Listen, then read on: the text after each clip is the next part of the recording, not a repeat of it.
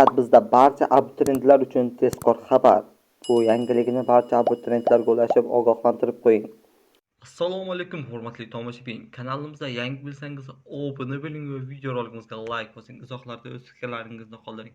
Bir-biringizga hurmatli bo'ling va haqorat qilmang. Biz boshladik. Testda bilmagan savolga qaysi variantni tanlash yaxshiroq? Abituriyentlar uchun qulay maslahatlar. Biz boshladik. Test vaqtida bilmagan savolga qaysi variantni belgilash ko'proq omad keltiradi? Abituriyentlar uchun test topshirishda eng ko'p uchraydigan muammolardan biri bu bilmagan savolga qanday javob berish kerak.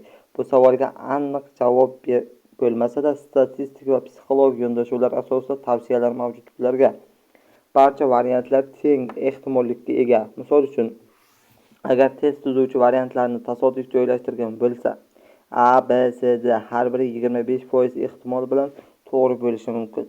Shuning uchun ham doim bir xil variantni tanlash tavsiya etilmaydi. Misolcha A yoki D. C varianti ko'proq to'g'ri bo'ladimi? Statistik kuzatuvchilarga ko'ra, ba'zi test kuzatuvchilar C variantini ko'proq to'g'ri javob sifatida belgilashga moyil bo'ladi, chunki bu psixologik jihatdan o'rtacha hisoblanadi. Biroq bu barcha testlarga mos kelavermaydi. Eng yaxshi strategiya bilim va tahlildir. Savolni diqqat bilan o'qish, aniq noto'g'ri variantlarni chiqarib tashlash, qolganlar orasida esa mantiq yoki sezgi asosida tanlash.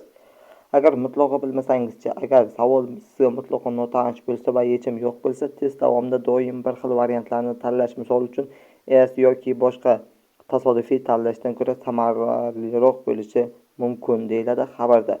Shu bilan yangiliklarimizni nihoyasiga yetdi. Kanalimizga yangi bo'lsangiz obuna bo'ling va videolarimizga like bosing.